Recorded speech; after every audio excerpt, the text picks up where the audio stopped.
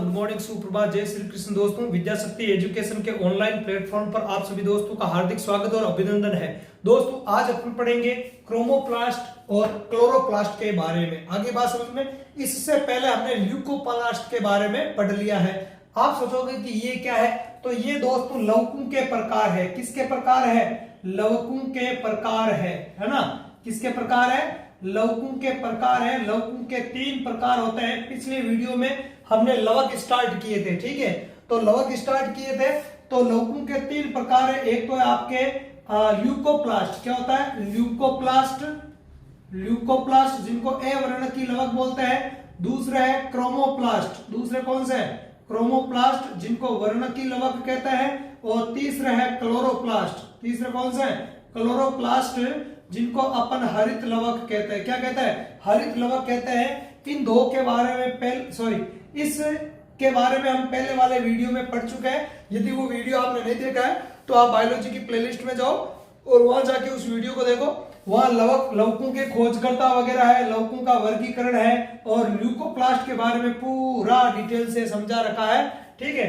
आज अपन इस वीडियो में पढ़ेंगे क्रोमोप्लास्ट और क्लोरोप्लास्ट के बारे में। 2 लवकों के बारे में यहां पर पढ़ेंगे, ठीक है। और यदि आपने चैनल को सब्सक्राइब नहीं किया तो सबसे पहले आप चैनल को सब्सक्राइब करो, लाइक करो, अपने दोस्तों में शेयर करो। और हमारे टेलीग्राम ग्रुप से जुड़ने के लिए जो चैनल के अबाउट सेक्शन है, अबाउट सेक्शन में टेलीग्राम का लिंक दे रखा है या डिस्क्रिप्शन बॉक्स में टेलीग्राम का लिंक दे रखा, तो वहां जाके आप जुड़ सकते हो हमारे टेलीग्राम ग्रुप से, जहां पर रोज मैं क्विज डालता हूं। तीनों जो सब्जेक्ट होती है फिजिक्स, केमिस्ट्री और बायो, जनरल साइंस में, ठीक है। तो तीनों के क्विज डालता हूं। साथ ही साथ और भी ढेर सारे प्रश्न वगैरह अन्य प्रकार के प्रश्न है वो वहां पे आपको अवेलेबल हो जाएंगे। तो रोज निरंतर अभ्यास के लिए आप उसको ज्वाइन करें, क्योंकि निरंतर अभ्यास के बगैर कुछ नहीं। ऐसा नहीं कि आप 4 घंटे पढ़ लोगे एक दिन या 2 दिन तक आपने 4 घंटे पढ़ लिए और फिर एक दिन पढ़ा ही नहीं, या 3 दिन भी बीच में पढ़े छोड़ दी। तो जीवन की जो मेन सफलता है उसका कारण निरंतरता होती है, ठीक है। कोई भी लक्ष्य आपको तब मिलेगा जब आप उसके कार्य में लगातार प्रयासरत रहोगे, ठीक है। तो लगातार वीडियो देखते रहिए, लगातार क्विज ज्वाइन करते रहिए और चैनल पर बने रहिए। तो अपन पढ़ते हैं सबसे पहले क्रोमोप्लास्ट के बारे में। किसके बारे में पढ़ते हैं? सबसे पहले अपन पढ़ते हैं क्रोमोप्लास्ट के बारे में। तो क्रोमोप्लास्ट, क्रोमा का मतलब क्या था? रंग, अर्थात इनमें विभिन्न प्रकार के वर्णक पाए जाते हैं। विभिन्न प्रकार के रंगों के क्या होता है? वर्णक होते हैं, इसलिए इनको वर्ण की लवक भी बोलते हैं। क्या बोलते हैं? वर्णी लवक। क्या बोलते हैं? या वर्ण की लवक। वर्णी लवक भी लिख देता हूं मैं, तो इनको वर्णी लवक भी बोला जाता है, ठीक है। या वर्ण की लवक भी इनको कहा जाता है, क्योंकि इनमें विभिन्न प्रकार के रंग युक्त वर्णक पाए जाते हैं। क्या पाए जाते हैं? रंग युक्त इनमें वर्णक पाए जाते हैं। जबकि ल्यूकोप्लास्ट को क्या बोलते हैं? ए वर्णक की लवक। क्या बोलते हैं? ए वर्ण की लवक बोला जाता है इनको, क्योंकि इनमें किसी प्रकार के कोई लवक नहीं पाए जाते हैं। ये मुख्यतः संग्रह का कार्य करता है। इसके लिए वीडियो देर का पिछला वाला उस वीडियो को आप देखें, ठीक है। वहां आपको डिटेल से समझ में आएगा। अभी इसको बताने का कोई उद्देश्य नहीं मेरा, ठीक है। अपन इन्हीं के बारे में पढ़ेंगे तो फालतू में अपन टाइम वेस्ट नहीं करेंगे, वीडियो लंबा हो जाएगा, है ना। बताई हुई चीज को वापस बताऊंगा तो, ठीक है। तो वर्णी लवक जो होता है ये रंग युक्त होता है। कैसे होता है? इनमें रंग युक्त वर्णक पाए जाते हैं। तो रंग युक्त वर्णकों में बात करें तो जैसे लाल नारंगी रंग के केरोटीन पाए जा सकते हैं। किस रंग के? लाल नारंगी रंग के, लाल नारंगी रंग के केरोटीन, है ना। लाल नारंगी रंग के क्या होता है? केरोटीन पाए जा सकते हैं, ठीक है। इसके अलावा जो इसके अंदर है वो आपके अन्य प्रकार के जो वर्णक हैं वो भी पाए जा सकते हैं। जैसे और बात करें तो पीले रंग के जेंथोफिल वो भी पाए जाते हैं। किस रंग के? पीले रंग के, पीले रंग के जेंथोफिल। पीले रंग के कौन से वर्णक? जेंथोफिल, ये भी पाए जाते हैं, ठीक है। तो लाल नारंगी रंग के वर्णकों में बात करें तो जैसे केरोटीन किस में होता है? आपके गाजर में होता है। किस में होता है? गाजर में होता है, टमाटर में होता है। तो गाजर और टमाटर का जो लाल रंग होता है वो केरोटीन के कारण होता है। और केरोटीन एक प्रकार की क्या होता है? वर्णक होता है। और ये वर्णक किस में आएंगे? किस प्रकार के वर्णकों में शामिल करेंगे? इसको वर्णी लवकों में शामिल करेंगे या वर्ण की लवकों में इसको शामिल करेंगे। आगे बात सुनो। तो ये जो विभिन्न प्रकार के जो लवक, रंगों के जो लवक होते हैं वो पौधे के विभिन्न भागों में पाए जाते हैं ना। पादप के विभिन्न भागों में ये पाए जाते हैं, ठीक है। जैसे बात करें फलों में, है ना।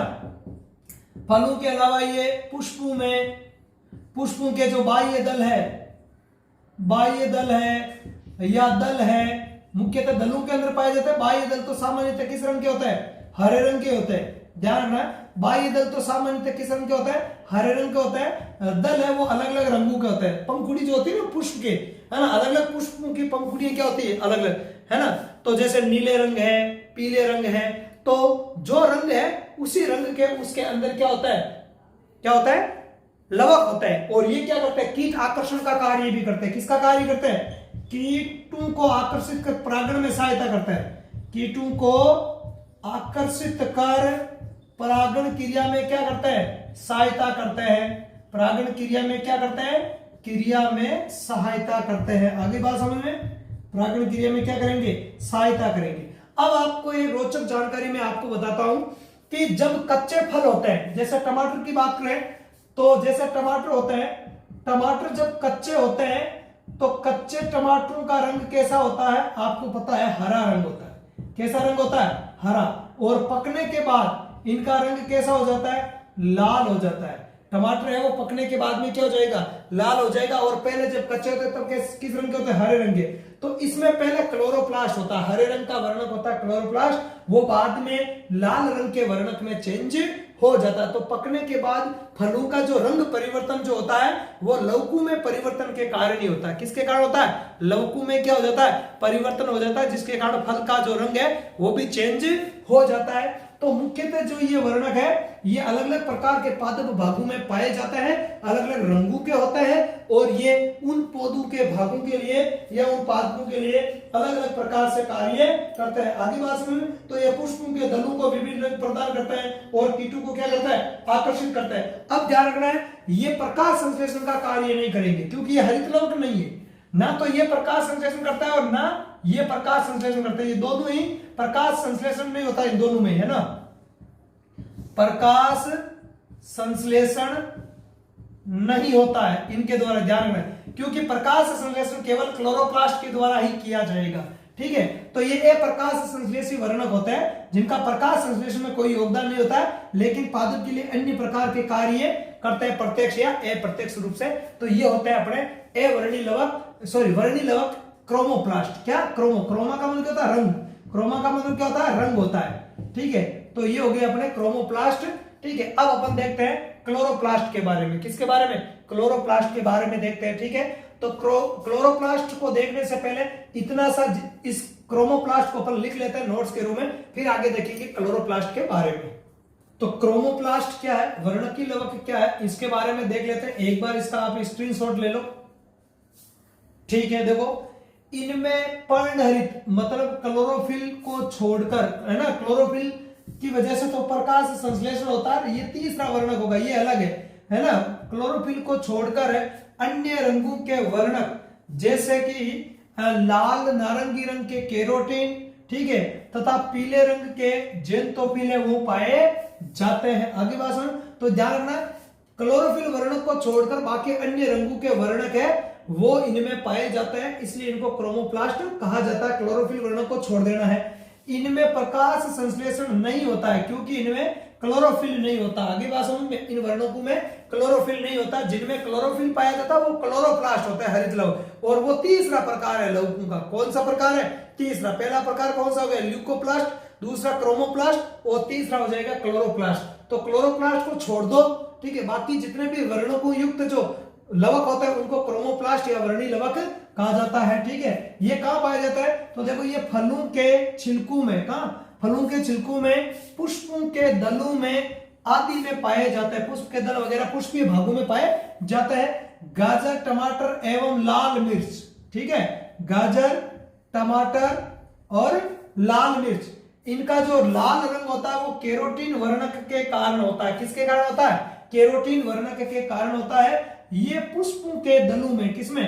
पुष्पों के दलों को विभिन्न रंग प्रदान करते हैं। और अलग अलग पुष्पों का अलग अलग रंग होता है ना, वो पंखुड़ियां, पंखुड़ियों को दल बोलते हैं। पंखुड़ियों को क्या बोलते हैं? दल बोलते हैं। और गुलाब है, गेंदा है, इस प्रकार के जितने भी फूल है अलग अलग प्रकार के, तो उनको रंग प्रदान इन्हीं के द्वारा किया जाता है। ठीक है, तो ये इनमें पाया जाता है, रंग प्रदान करता है, जिससे कीट इनकी ओर क्या होता है? आकर्षित होते हैं, जिससे परागण की क्रिया होती है। अर्थात ये परागण क्रिया में क्या करते हैं, सहायता प्रदान करते हैं, क्योंकि ये कीटों को आकर्षित करने का कार्य करते हैं। और जब कीट पुष्पों के ऊपर बैठते हैं फूलों का रस चूसने के लिए, मकरंद चूसने के लिए, या ये जो रंग बिरंगे कलर होता है वो इनको पसंद होता है, ठीक है। तो जब कीट उस पर बैठते हैं तो परागकोश के परागकण कीटों के पंखों पर, पैरों पर चिपक जाएंगे और पुष्प की वर्तिका अग्र तक पहुंच जाएंगे।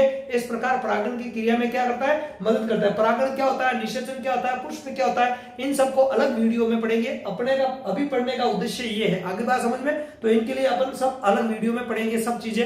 आगे अपन देखते हैं, आगे देखेंगे अपन है किसके बारे में, हरितलवक के बारे में या क्लोरोप्लास्ट के बारे में अपन देखते हैं।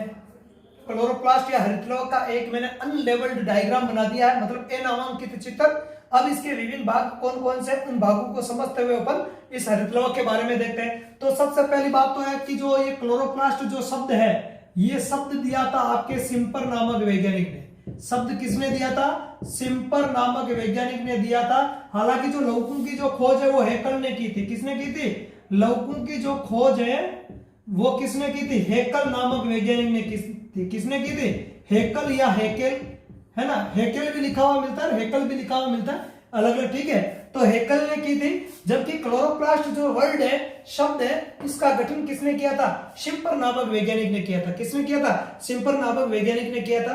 अब ये हरितलवकों की बात करें तो ये आकार में अलग अलग आकार के हो सकते हैं। यदि इनके आकार की बात करें तो ये सामान्यतः गोलाकार या चपटे होते हैं। कैसे होते हैं, चपटे होते हैं, या फिर ये अन्य आकृतियों में भी हो सकते हैं। जैसे बात करें जिग्निमा जो शैवाल है, शैवालों में ये विभिन्न प्रकार के मिल सकते हैं ना। जिग्निमा जो शैवाल है, जिग्निमा शैवाल में ये होता है आपके ताराकार। किस आकार के होते हैं, ताराकार, ठीक है। इसके अलावा जो एक यूलोथ्रिक्स होता है, कौन होता है, यूलोथ्रिक्स। तो यूलोथ्रिक्स जो होता है, यूलोथ्रिक्स के अंदर ये मेखलाकार होते हैं। किस आकार के होते हैं, मेखलाकार होते हैं।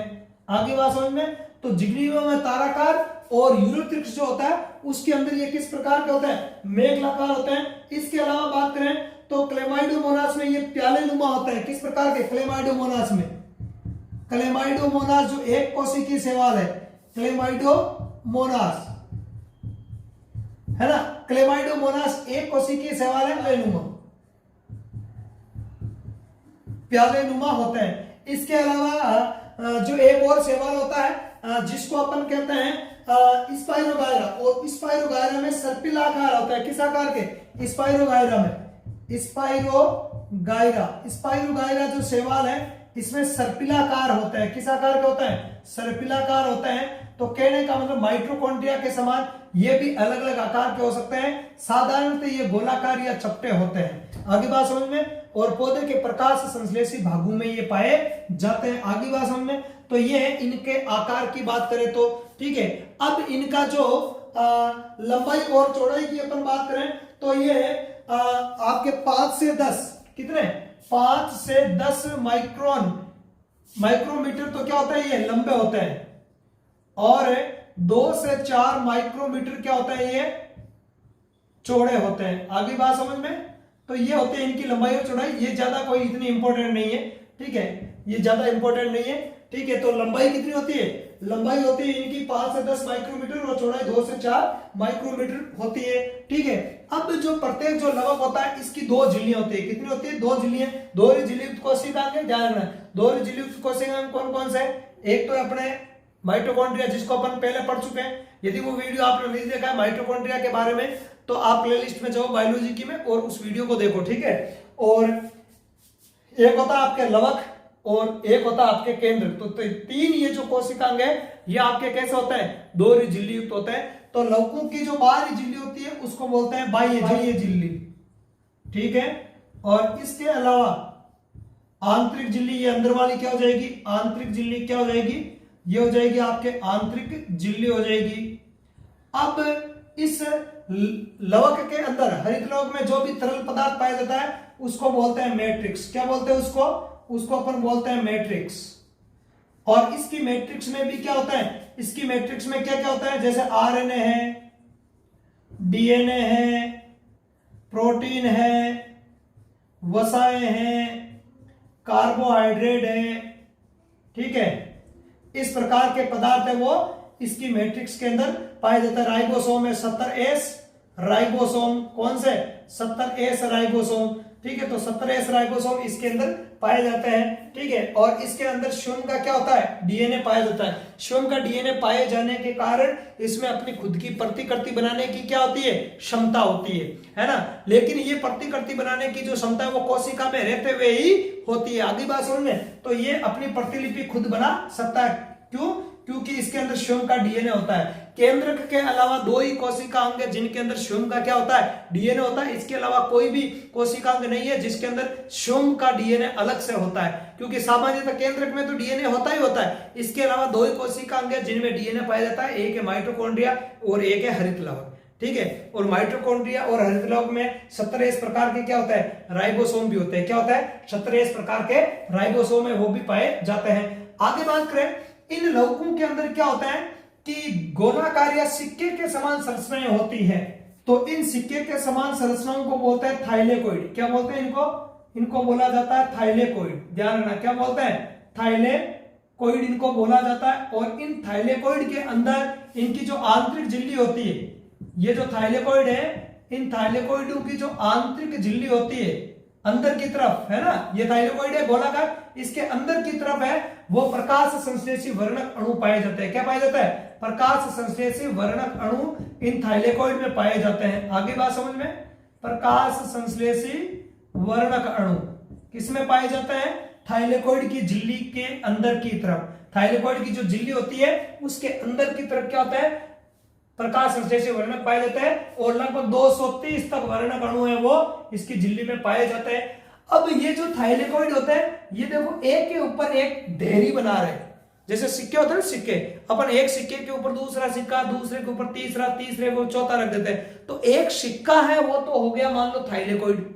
है ना। एक जो सिक्का है वो तो क्या हो गया, थाइलेकोइड। और सिक्कों की जो ढेरी है वो क्या हो जाएगी आपके, वो हो जाएगी ग्रेनम। क्या हो जाएगी, ग्रेना या ग्रेनम। आगे बात सुन, तो ये जो पूरा है ये आपके पूरा ग्रेनम है ना, या ग्रेना बोल दो। आगे बात सुन, तो ये पूरा ग्रेना होता है, ठीक है। अब बात करें आगे, 2 ग्रेना है वो एक झिल्ली के द्वारा जुड़े रहते हैं। 2 ग्रेनम होते हैं वो एक झिल्ली के द्वारा जुड़े रहते हैं, जिसको बोलते हैं अपन स्ट्रोमा लेमिली। क्या बोलते हैं, स्ट्रोमा लेमिली। स्ट्रोमा लेमिली बोलते हैं उसको। क्या बोलते हैं, स्ट्रोमा लेमिली बोलते हैं, क्योंकि ये मैट्रिक्स में पाई जाती है। मैट्रिक्स को क्या बोलते हैं, स्ट्रोमा बोलते हैं। ध्यान रखना, मैट्रिक्स को क्या बोला जाता है, मैट्रिक्स को बोलते हैं स्ट्रोमा। तो स्ट्रोमा में जो झिल्लियां पाई जाती है उनको स्ट्रोमा लेमिली कहते हैं। और ये 2 ग्रेनम के बीच में पाई जाती है, ठीक है। ग्रेनम क्या होता है, थाइलेकोइड जो होता है, थाइलेकोइड की ढेरी होती है उसको क्या बोलते हैं, ग्रेनम बोलते हैं। और थाइलेकोइड क्या होता है, चौड़े चपटे सिक्के समान संरचनाएं होती है ना, चपटी सिक्के समान संरचनाएं होती है थाइलेकोइड।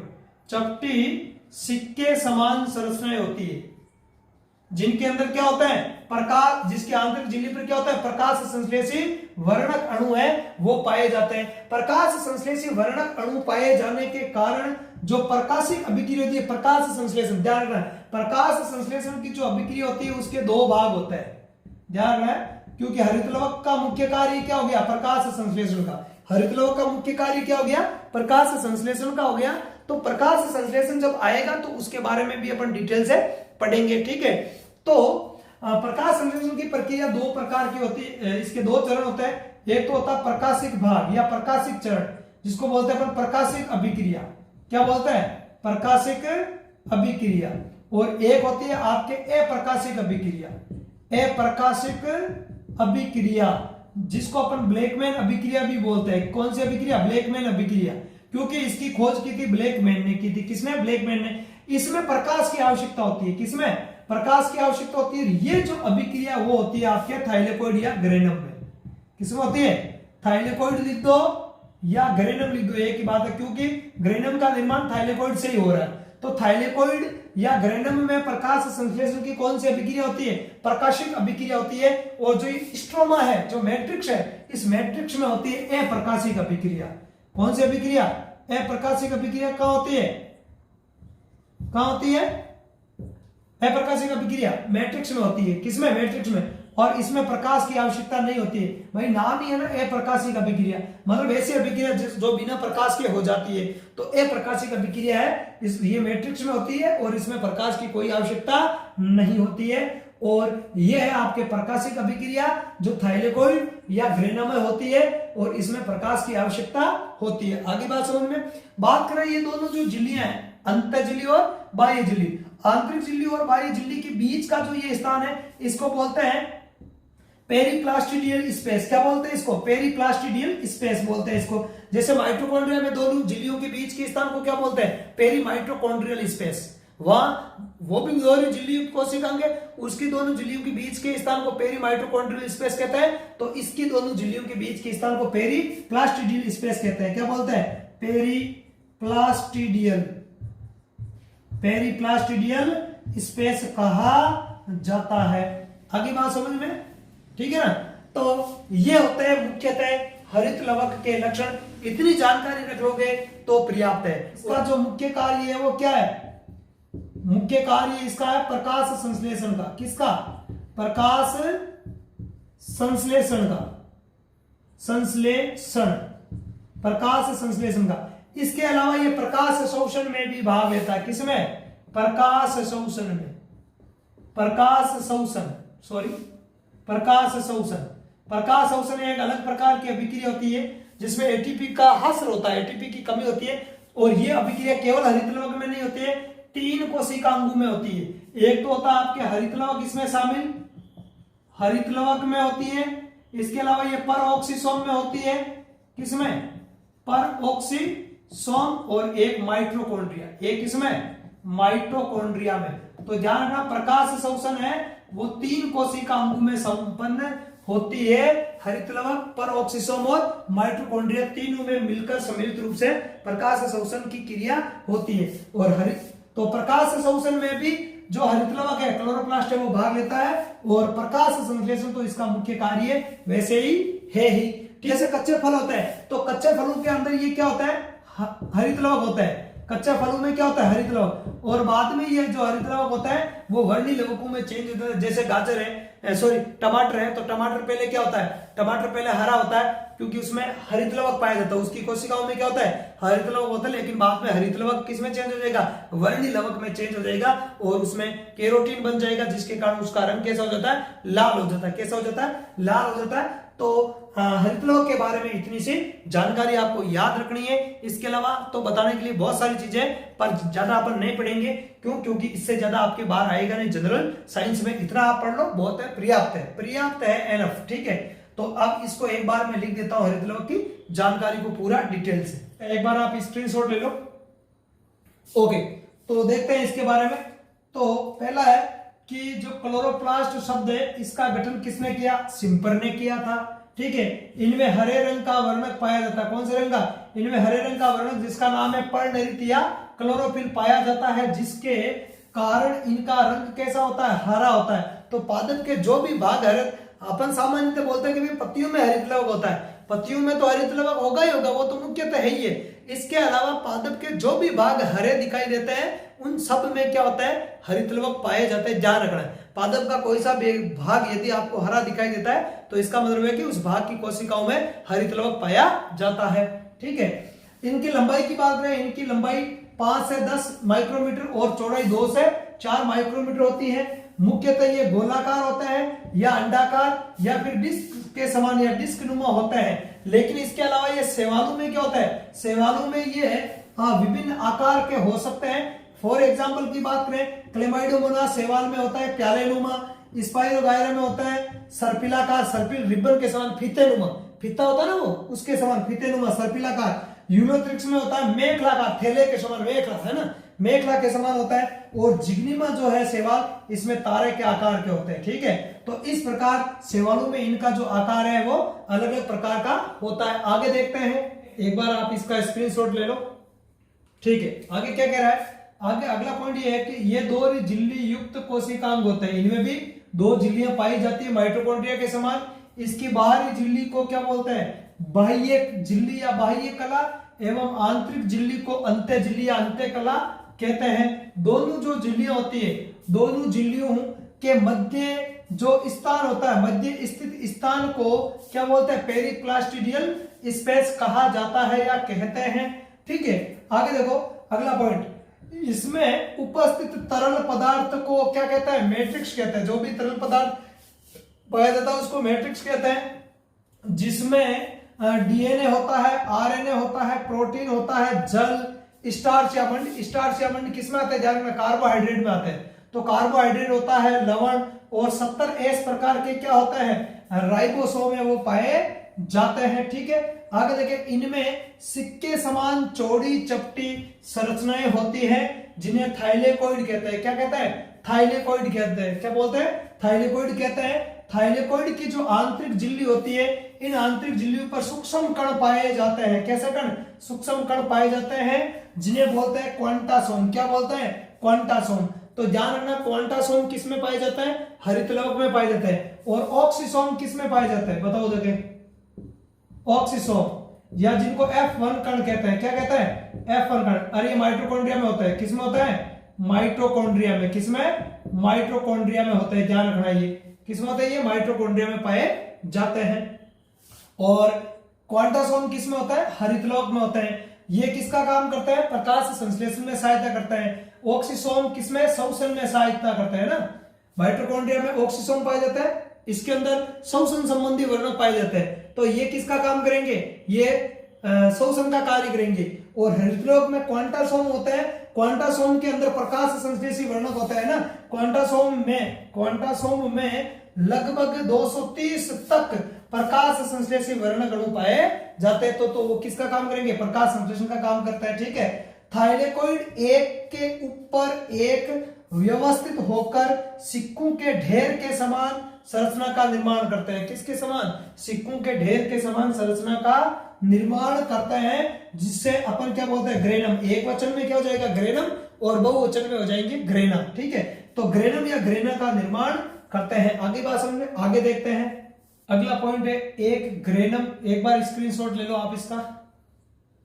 ठीक है, एक ग्रेनम अन्य ग्रेनम से स्ट्रोमा में स्थित झिल्लियों द्वारा, किसमें, स्ट्रोमा में स्थित झिल्लियों द्वारा जुड़े रहते हैं, जिन्हें अपन बोलते हैं स्ट्रोमा लेमिली या पिट्टिका पटलिका। देखो ये स्ट्रोमा लेमिली, एक ग्रेनम या एक ग्रेना और दूसरा ग्रेनम, एक ग्रेनम दूसरा ग्रेनम, दोनों के बीच में झिल्ली है, उसको बोलते हैं स्ट्रोमा लेमिली कहते हैं। ठीक है, प्रकाश संश्लेषण की प्रकाशिक अभिक्रिया, प्रकाश संश्लेषण की अभिक्रिया कितने चरणों में होती है, 2 चरणों में। तो उसकी प्रकाशिक अभिक्रिया कहां होती है, थाइलेकोइड में, तथा अप्रकाशिक जो अभिक्रिया है वो स्ट्रोमा में होती है। किसमें होती है, स्ट्रोमा में होती है अप्रकाशिक अभिक्रिया। ये रहा स्ट्रोमा, जो तरल, इसका हरित लवक का जो तरल पदार्थ है वो स्ट्रोमा कहलाता है। तो अप्रकाशिक अभिक्रिया स्ट्रोमा में, और थाइलेकोइड के अंदर होती है प्रकाशिक अभिक्रिया। ठीक है, हरित लवक जो है वो प्रकाश संश्लेषण के अतिरिक्त, मुख्य कार्य क्या है इसका, प्रकाश संश्लेषण। प्रकाश संश्लेषण के अतिरिक्त ये प्रकाश शोषण में भी भाग लेता है। ध्यान रखना, पौधों के लिए प्रकाश संश्लेषण एक विघटनकारी अभिक्रिया है। कैसी है, विघटनकारी अभिक्रिया होती है ये, और इसमें एटीपी की कमी होती है, विघटनकारी प्रक्रिया होती है। तो ये एक हानिकारक प्रक्रिया होती है। ठीक है, प्रकाश शोषण, आगे बात करें, प्रकाश शोषण की प्रक्रिया सम्मिलित रूप से 3 कोशिका अंगों में संपन्न होती है। ध्यान रखना, प्रकाश शोषण की प्रक्रिया एक कोशिका अंग में नहीं होती है, 3 कोशिका अंग मिलकर प्रकाश शोषण में भाग लेते हैं। ठीक है, तो एक तो आपके हरित लवक, एक है आपके माइटोकॉन्ड्रिया, और एक है आपके परऑक्सीसोम। आगे बात समझ में, तो ये एक नोट के रूप में लिख दिया, एडिशनल जानकारी है ये। ठीक है, इसके अतिरिक्त मैंने अलग से और आपके लिए माइटोकॉन्ड्रिया, इसका हरित लवक का डायग्राम बना दिया है। ठीक है, तो इस वीडियो में अपन इतने पढ़ेंगे। ठीक है, धन्यवाद। यदि आपको वीडियो अच्छा लगा तो चैनल को लाइक करें, सब्सक्राइब करें और अपने दोस्तों में इसको शेयर जरूर करें। धन्यवाद।